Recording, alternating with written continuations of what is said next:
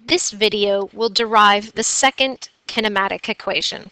First, we have a situation where Dr. Avery was driving her car with an initial velocity of 20 meters per second.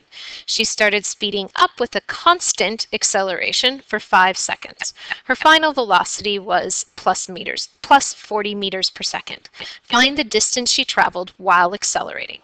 So our initial velocity, we start by writing down our given information. Our initial velocity is 20 meters per second, final velocity 40 meters per second, time 5 seconds, and we're trying to solve for our distance.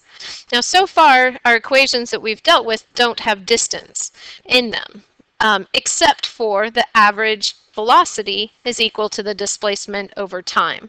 So if we think about this, if we look at our initial and final, we can see that the average velocity must be 30 meters per second.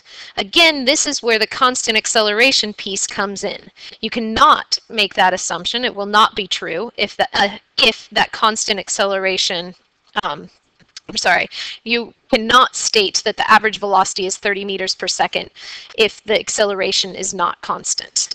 So this is where our constant acceleration comes in.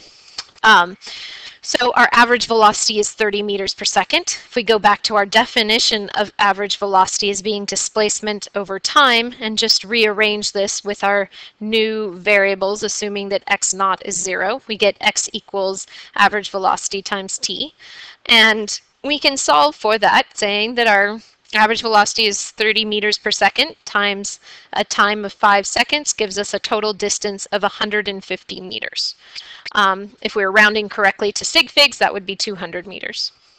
So now, if we take this idea, we can use it to try to solve for an equation that gives us the distance, or displacement, given the initial velocity, final velocity, and time. By using the combination of our two equations here, that distance equals average velocity times time, and that average velocity is defined by basically just an average, half of the initial plus the final velocity, we can combine these two equations and get a final equation that tells us that the displacement is equal to 1/2 times the initial velocity plus the final velocity, that parentheses, times time.